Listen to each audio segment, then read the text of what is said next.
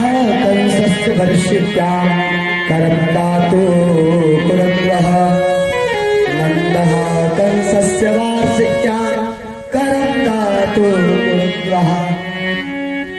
कुछ गोप ग्वालों, प्रधान गोप ग्वालों को गोकुल की रक्षा में नियुक्त करके स्वयं कंस को कर देने के लिए चले गए और उधर जाकर कंस को कर चुकाने के बाद वसुदेव जी महाराज से भेंट हुई और नंद बाबा को बड़े प्रेम से हृदय से लगाकर वसुदेव जी कहते हैं कि आपके ऊपर परमात्मा की बड़ी कृपा है। इस ढलती अवस्था में भी परम परमात्मा ने आपके ऊपर कृपा किया। इस प्रकार से जब वार्ता चल रही थी उसी समय नंद बाबा ने इनके दुख, जो वसुदेव जी का दुख है, उसको भी प्रकट करते हुए कहा, अहो दे देव की पुत्रा कंसेना बहो हता एकाविष्टा वरजा कन्या सापी दिवेगता। वसुदेव जी, हमारे यहाँ तो कृष्ण बलराम जी के प्रेम का सागर उमड़ रहा है, उनके प्रेम के सागर की लहर निरंतर उमड़ रही है, किंतु कंस के द्वारा तुम्हारे समस्त पुत्र मार डालने का मुझे बहुत बड़ा दुख है। सबसे छोटी सी कन्या हुई, उसको भी कंस ने मार डाला, उस पर भी दया नहीं करी। इस प्रकार से दुख प्रकट किया, तो जैसे ही दुख प्रकट किया तो कंस की याद आ गई वसुदेव जी को। तो उन्होंने कहा, एक काम करो नंद बाबा, आप जल्दी से अब गोकुल चले जाओ। बोले क्यों? बोले मेरे पिताजी बहुत बड़े ज्योतिषी थे, उन्होंने हमें मस्तिष्क रेखा पढ़ने का पूर्ण ज्योतिषीय ज्ञान है। मुझे ऐसा लग रहा है कि गोकुल में कोई अनहोनी ना घट जाए, इसलिए तुम जल्दी से जल्दी यहाँ से जाओ। अब तो नंद बाबा उधर से जल्दी मथुरा से इधर लौट रहे हैं, लेकिन उसी समय क्या हुआ, कंस के द्वारा मंत्रणा होने पर एक पूतना नाम की राक्षसी है, उसको कंसेना प्रहिता घोड़ा पूतना बाल घातनी शिशुश्चाचार निघ्नाते पुरग्राम ब्रजादिशो। उसी समय कंस ने एक पूतना नाम की राक्षसी इसके यहाँ पर भेजा। अब तो महाराज पूतना दिखती कैसी है, उसका वास्तविक स्वरूप क्या है? बड़े विकराल स्वरूप है, बड़े बड़े नाखून हैं उसके। यहाँ पर कुछ उनकी भतीजियां भी होंगी जिनके बड़े बड़े नाखून होंगे, जो परंपरा चला रही है, नहीं है क्या? तो बड़े बड़े नाखायुध हैं और सूर्य इस प्रकार से पूतना क्या करती है, अपने स्तनों पर विष लगाकर चल पड़ी और कंस के आदेश अनुसार 10 साल से वो 10 दिन से छोटे बच्चों को ये मार देती है। 10 दिन के अंदर जिन जिन बालकों का जन्म हुआ है उन सबको मारने का इसने मन में विचार कर लिया। अब तो ये अनेक बालकों की हत्या करते करते गोकुल पहुंची और गोकुल में जब देखा कि नंद भवन में बधाई गीत गाए जा रहे हैं, तो समझ गई, सुंदर स्वरूप धारण कर लिया। इतना सुंदर स्वरूप धारण किया कि ऐसा लग रहा था जैसे साक्षात लक्ष्मी अपने पति का दर्शन करने के लिए आई है। आपको एक बात बताए, असली सोना जितना नहीं चमकता उससे ज्यादा नकली चमका करता है, ऐसा है? सही बात बोल रहे हैं? तो बोले असली चीज उतनी नहीं चमकती जितनी आजकल तो नकली चीज चमका करती है। तो बोले ऐसे ही उतना भी, बोले असली लक्ष्मी क्या दिखेंगे, उससे सुंदर रूप धारण करके आ गए। अब तो गोप ग्वाल देखें और वैसे ही रास्ता साइड कर। बोले शायद कोई बहुत बड़ी पार्टी VIP कोटा है, इससे पूछना भी व्यर्थ। बोले कहाँ से आए हो, कैसे आए हो? पास वीजा तो हम आपसे पूछा जाता है ना कि किधर जा रहे हो, कहाँ जा रहे हो, और अचानक प्रधानमंत्री, प्राइम मिनिस्टर अर्थात प्राइम मिनिस्टर या किसी कलेक्टर की गाड़ी आज उससे कुछ पूछा जाता है, उनको तो सीधे जाने दिया जाता है। और जैसे ही गोप ग्वालों ने देखा इतनी सुंदर युवती, तो बोले ये शायद नंद बाबा की कोई लगती होगी, इनको पूछना भी अच्छी बात नहीं है। उस पूतना ने पूछा कि नंद भवन का ये बालक की बधाइयां कहाँ से बज रही है? तो बोले जहां से बहुत ज्यादा शोर सुनाई देता हो, जहां पर बधाई की बहुत गूंज आती हो, वहीं पर नंद का भवन है और वहीं पर कृष्ण नंद के लाला हुआ है। अब तो महाराज तो चलिए। और जाकर उस समय पर भगवान केवल 6 वर्ष के हुए थे। उस दिन भगवान की छठी पूजा चल रही थी। उस कार्यक्रम के बाद सभी लोग, सभी गोपियां बधाई गीत गा रही थी। इधर से पूतना पहुंची। अब पूतना ने देखा और जाकर के मैया को कहा, मैया बधाई हो, बधाई हो। तो मैया ने कहा, अरे भाग्यवान, मैंने तो ना पहचाने, तू है कौन ये तो बता। तो पूतना परिचय देते हुए कहती है कि मैं तुम्हारे मामा की बेटी की भतीजी की ताई की बुआ की पास में रहने वाली एक सखी हूँ। मैं ना पहचानी था ना। अरे सखी तू देख दूर से आई है, अभी देख बड़ो 90, 80, 85 वर्ष की मैं है रही हूँ। ये देख बुढ़ापे में अच्छी अच्छी चीजें याद ना रहे, मैं तुम्हें कैसे याद करूंगी। आजा आजा तू बैठ जा। अब कर उस पूतना को वहां पर बिठा दिया और स्वयं गृह कार्य में लग गए।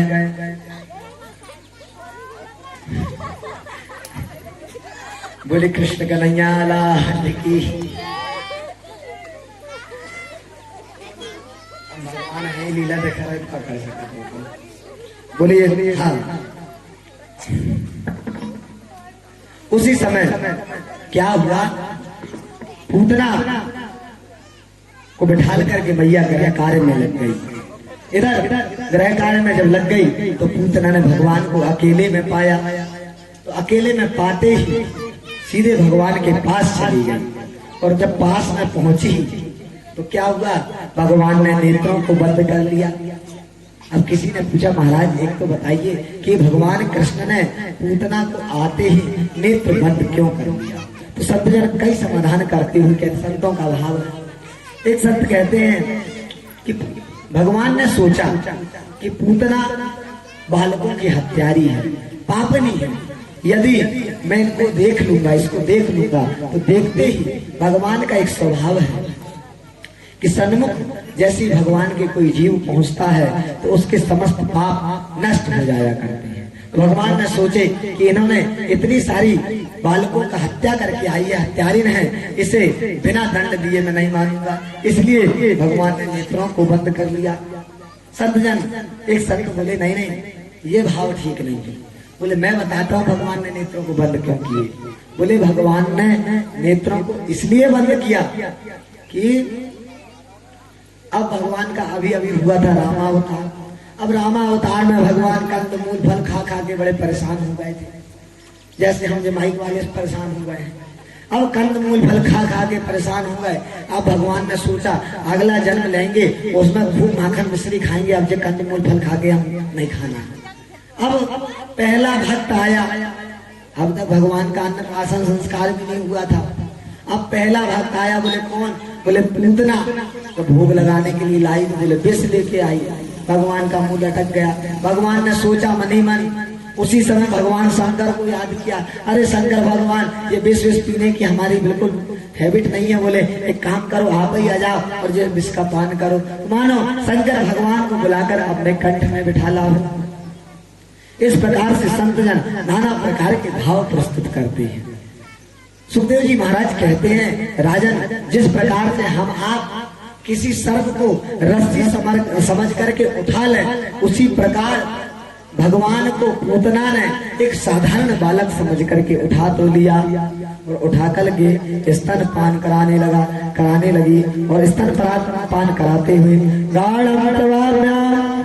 गाढ़म कराभ्याम भगवान प्राणो समरोस समन्वितो विवद। उसी समय भगवान ने क्या किया? विष का पान किया। हम आपके जीवन में भी ऐसा ही होता है।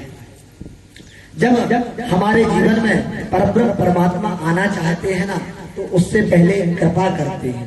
बोले क्या कृपा करते हैं? हमारे अंदर जो विष है उसका पान करते हैं। तो जब हमारे अंदर से अवगुण जाते हैं तो हमें बड़ा अच्छा लगता है। तो पूतना ने देखा कि ये बालक क्या कर रहा है, बोले विष पी रहा है।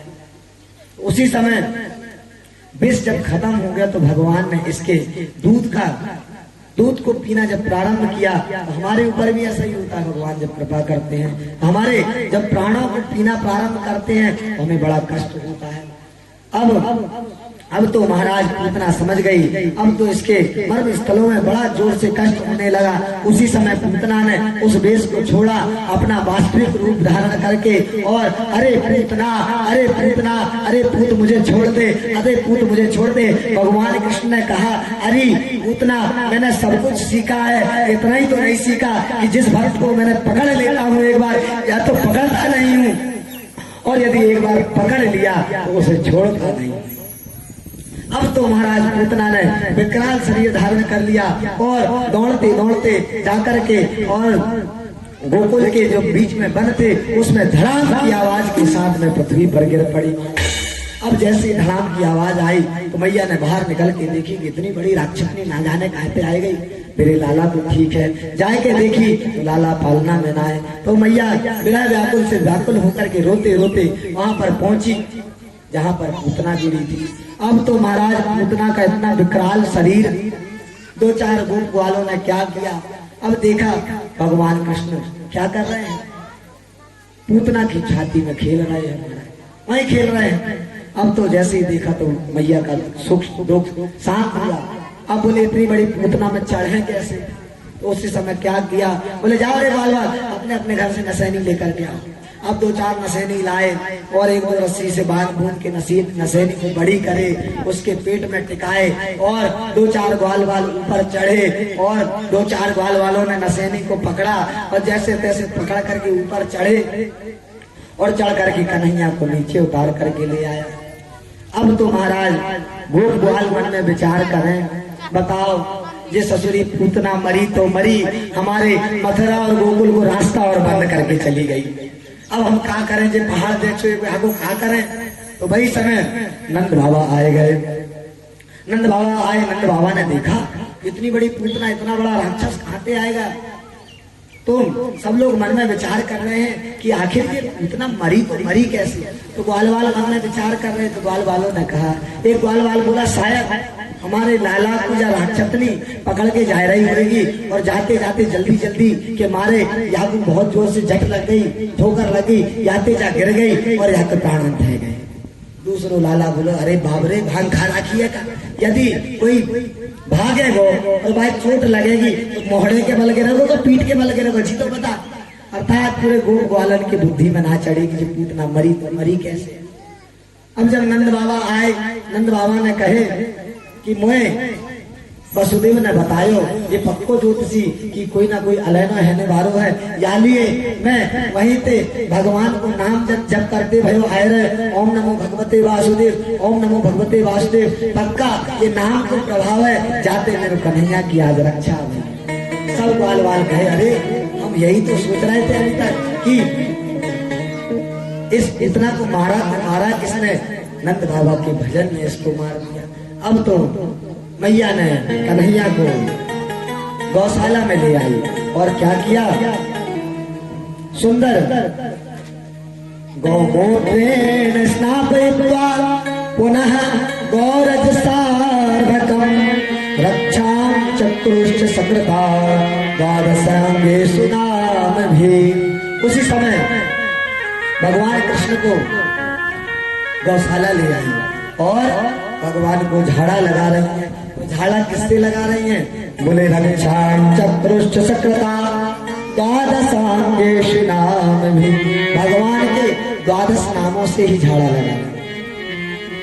संत जन कहते हैं जिनके बालक अधिक रोते हो, जिनके छोटे छोटे नन्हे नन्हे बालकों को अधिक नजर लगती हो, उन माता को चाहिए कि इसी प्रकार जाकर के भगवान के 12 नामों से इसको झाड़ा लगा दे।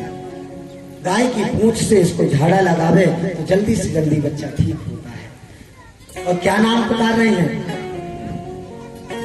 इंद्रयाणी ऋषिकेशा प्राण नारायणो चित्तम मनो योगेश्वरोवतु। हे इंद्रिय भगवान ऋषिकेश भगवान, मेरे पुत्र की इंद्रियों की रक्षा करें। हे नारायण, मेरे पुत्र के मन की रक्षा करें।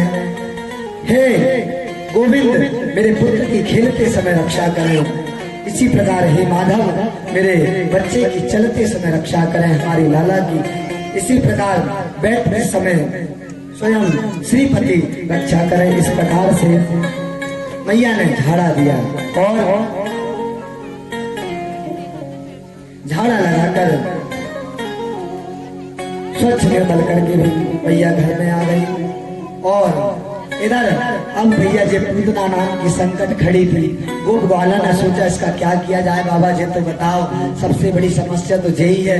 ये देख बड़ो पहाड़ थे, हम के कैसे जाएंगे, कैसे आएंगे, बड़ी मुश्किल से हमने कन्हैया को नीचे उतारो है। अब आगे ऊपर से जाएंगे तो 2 किलोमीटर 4 किलोमीटर पड़वे वालों मथुरा, न जाने 20-25 किलोमीटर पड़ेगा, हमारे तो कल्याण ही है जाएगा। और ये देख ऊपर से चढ़ के हम जाएंगे कैसे।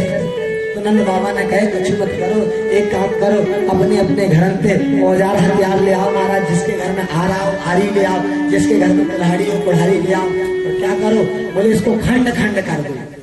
अब महाराज सब ग्वाल वाल गए, अपने अपने घर जितने जितने औजार हथियार थे सब ले आए महाराज। और कोई हाथ काटने के लिए लगो, कोई पैर काटने के लिए, छोटे छोटे इसका शरीर को काट दिया गया। और जिन्हें वृक्षों के ऊपर गिरी थी उन्हीं वृक्षों को तोड़ तोड़ करके इसके ऊपर डाल करके इसको जला दिया गया। सुखदेव जी महाराज कहते हैं, राजन पूतना इतनी बड़ी राक्षसी थी, लेकिन जलते समय ऐसी खुशबू आ रही थी जैसे यज्ञ मंडप से, यज्ञ कुंड से जलती हुई अग्नि से आहुति से खुशबू आती है। परीक्षित ने कहा, अरे सुखदेव जी महाराज, गुरुदेव ये कैसे हुआ? तो बोले ये इसलिए हुआ, हम परब्रह्म परमात्मा का दर्शन करने मात्र से हमारे जीवन का कल्याण हो जाता है। इसे तो परब्रह्म परमात्मा का स्पर्श प्राप्त हो गया, इसने परब्रह्म परमात्मा को स्तनपान कराया, इसलिए भगवान ने इसे मात्र गति प्रदान कर दिया।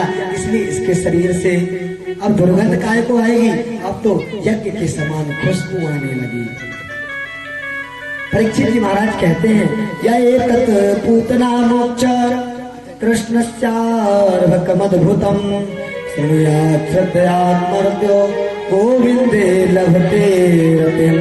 जो भक्तगण इस पूतना वध की कथा श्रवण करता है ना, उसको बोले शृणुयात् श्रवणात्मर्त्यो गोविंदे लभते रतिम्। इसको परिभाव से जो भी श्रवण करता है उसको भगवान की प्रति रति होती है, भगवान से प्रेम जुड़ता है। अब तो महाराज धीरे धीरे समय व्यतीत होने लगा और हमारे कन्हैया धीरे धीरे बड़े होने लगे।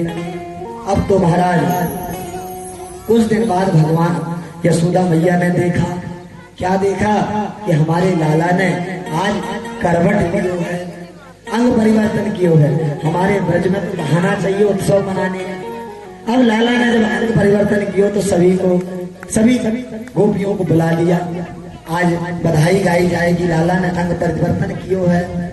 अब तो महाराज सभी गोपियां आ गई और कहने लगे, अंग परिवर्तन की बधाई हो मैया, अंग परिवर्तन की बधाई। क्या हुआ, मैया ने कन्हैया को दूध पिला दिया और दूध पिलाया तो बच्चा सो गया, अर्थात कन्हैया सो गए।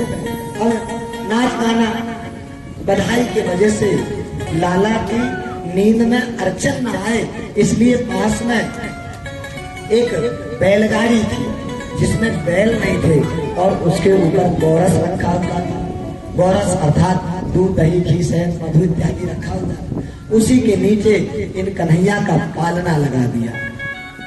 हम आप भी यही करते हैं, क्या करते हैं, बिना बैल की गाड़ी अर्थात बिना धर्म की गाड़ी को लेकर हम जब भी चलते हैं और क्या करते हैं, गोरस अर्थात विषय भोग को ऊपर रख करके भगवान को जब हम नीचे रखते हैं ना, तो यही करते हैं। भगवान बोले क्या किया, थोड़ी देर बाद जब भगवान का नेत्र खुले तो उसी समय भगवान ने जोर से रोया तो जो गोप ग्वाली ग्वालिन थी, वह भगवान की बधाई गाने में इतनी मस्त कि उनको लाला की आवाज सुनाई नहीं दी।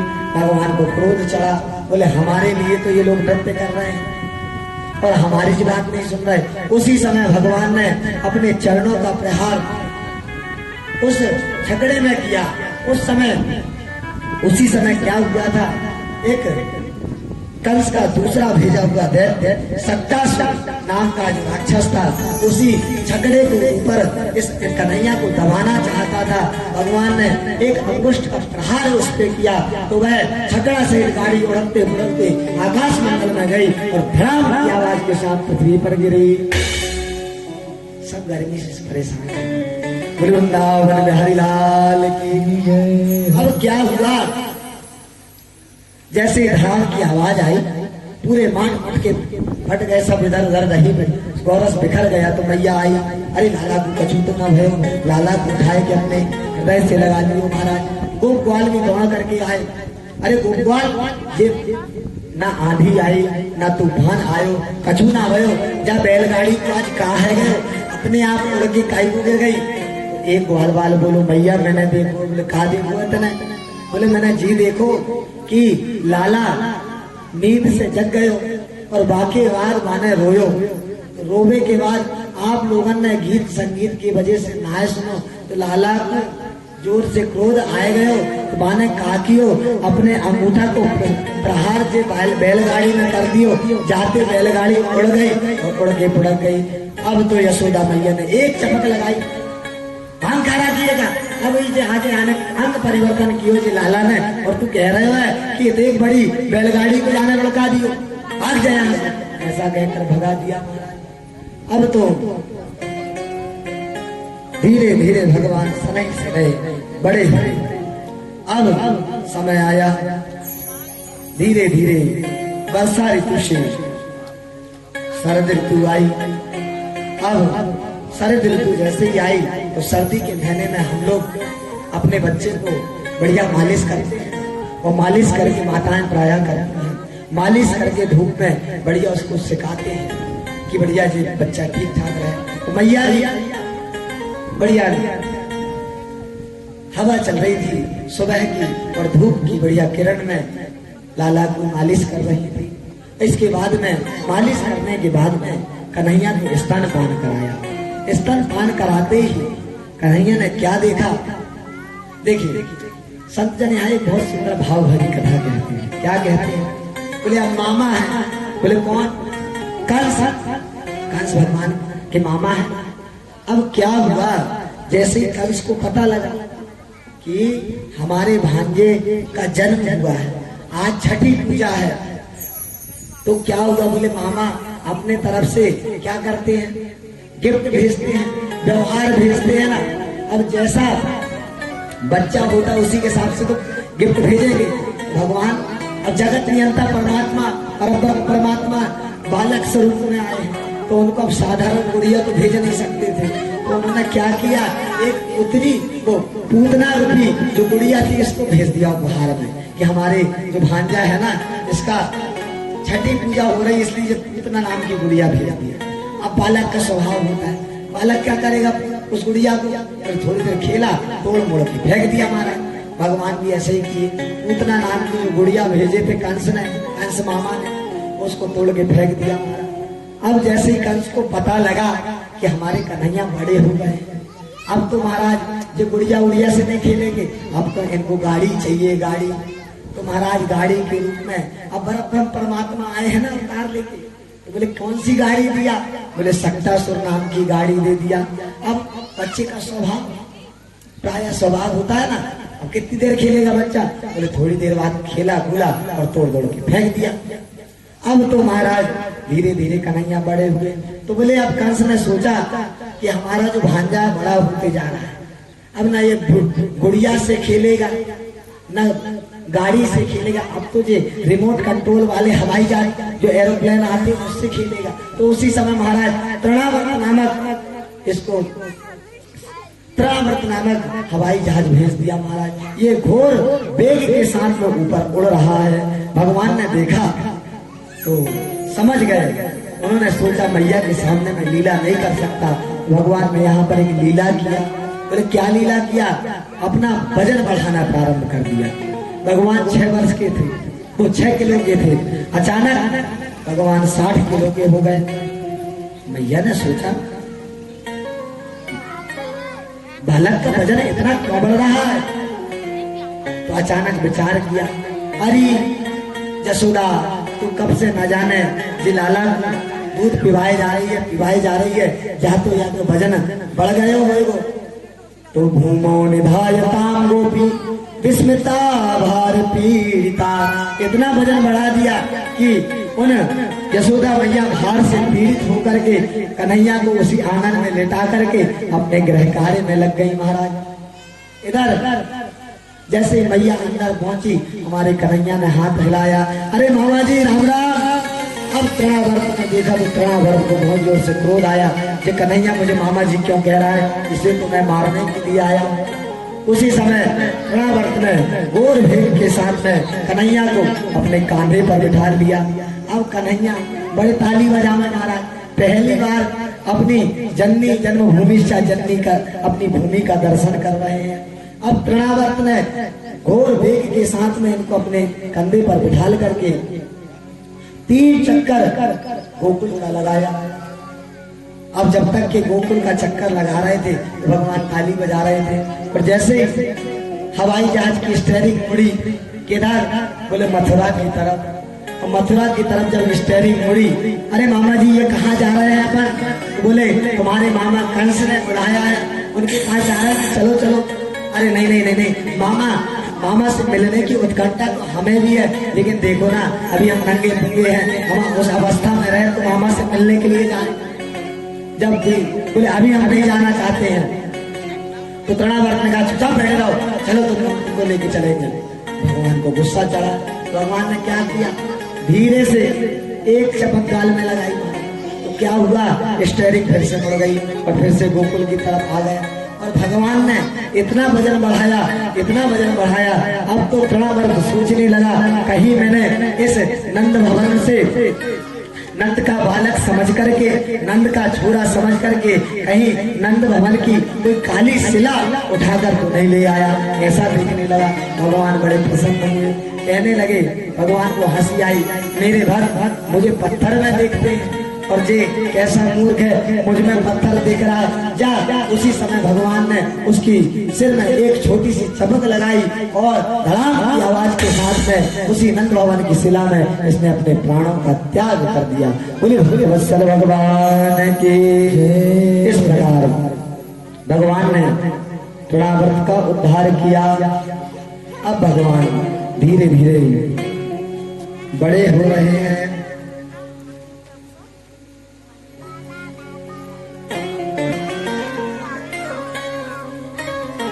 अब भगवान 1 वर्ष के होते हैं धीरे धीरे। अब 1 वर्ष से पहले बच्चा क्या चलता है, बोले अम्मा गैया चलना प्रारंभ करता है। तो कृष्ण और बलराम दोनों अम्मा गैया चलते हैं और चलते चलते एक दिन क्या हुआ कि अब नंद भवन की जो पौड़ियां थी अर्थात दहली बहुत बड़ी बड़ी थी। अब ये नंद भवन से बाहर जाना चाह रहे थे दोनों बालक। तो क्या हुआ, दोनों नन्हे हाथों से सीढ़ियों उस सीढ़ी को पकड़ा, उस पौड़ी को पकड़ा और उधर साइड जाना चाह रहे थे। तो महाराज पेट के बल ही लटक गए और जैसे तराजू ऐसे ऐसे लटकता है ना, दोनों कृष्ण बलराम उसी सीढ़ी में लटक रहे हैं। अरे उसी समय सुखदेव जी महाराज कहते हैं, देख परीक्षित इस छवि का दर्शन कर, जो परब्रह्म परमात्मा केवल भक्ति विलास सृष्टि लय हुई, केवल भक्ति हिलाने मात्र से सृष्टि का लय हो जाया करता है। वह परब्रह्म परमात्मा साकार स्वरूप धारण करके भक्तों को आनंद देने के लिए आज नंद भवन की सिद्धि, नंद भवन की जो पौड़ी है, नंद भवन की जो दहली है, उसको तक नहीं नक पा रहा है और किस प्रकार से लटक रहा है। अब भगवान ने धीरे धीरे पेट से खसकना आगे प्रारंभ किया और सिर के पर लुढ़कते हुए आंगन में गिर गए महाराज। अब महाराज धीरे धीरे अम्मा गैया चलते चलते नंद भवन के बाहर ही, नंद भवन में गौशाला थी बाहर। तो महाराज दोनों कृष्ण बलराम अम्मा गैया चलते चलते कहाँ पहुंच गए? गौशाला पहुंच गए। और गौशाला में जाकर, अच्छा, नंद भवन की एक विशेषता है कि यहाँ पर इनके घर में 9 लाख धेनु, 9 लाख गाय, लेकिन एक भी गाय को रस्सी से नहीं बांधा जाता। वो केवल गाय जाती हैं, अपना गौचारण करके आती हैं और आकर के अपना अपना स्थान पर बैठ जाती हैं। इधर कृष्ण बलराम अम्मा गैया चलते चलते कहाँ पहुंच गए? बोले गौशाला में। अब गौशाला में पहुंच तो गए। अब इनकी परम प्रिय गाय, बोले कौन? श्यामा गाय। श्यामा गाय के बगल में जाकर के दोनों, श्यामा गाय उस समय बैठी हुई थी। अब बैठी गाय के बगल के में जाकर के दोनों, एक तरफ कन्हैया और दूसरी तरफ बलराम। जैसी अपनी श्यामा गाय को आज पहली बार देखा, भगवान के अंदर प्रेम उमड़ पड़ा। अपने कपोलों से गाय के कपोल में रगड़ रहे महाराज। पूर्ण प्रेम का संचार हो रहा है। धीरे से गाय के गालों का सहारा लेकर मेरे गोविंद ने गाय की सींग को पकड़ लिया। अब सींग को पकड़ा तो अंदर क्या हुआ? मैया ने देखा कन्हैया बलराम कहाँ चले गए, अनुआ बनुआ कहाँ गए हो? जाके देखा तो गौशाला में। अरे कन्हैया, ये हाथ क्या कर रहे हो?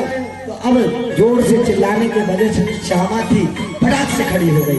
अब दोनों कन्हैया और बलराम ने जो सींग पकड़े थे, दोनों लटक गए महाराज। सींग में ही लटक गए, जैसे तोरई लटकी करती है ना उसकी बेला में, ऐसी लटक रहे हैं। अरे श्यामा रुक जा, अरे श्यामा छोड़ दे। अब श्यामा कहाँ रुकना है? वो तो दौड़ पड़ी गोकुल की गलियों में। पीछे से मैया एक छड़ी लेकर के दौड़ रही है। श्यामा रुक जा, अरे श्यामा रुक जा।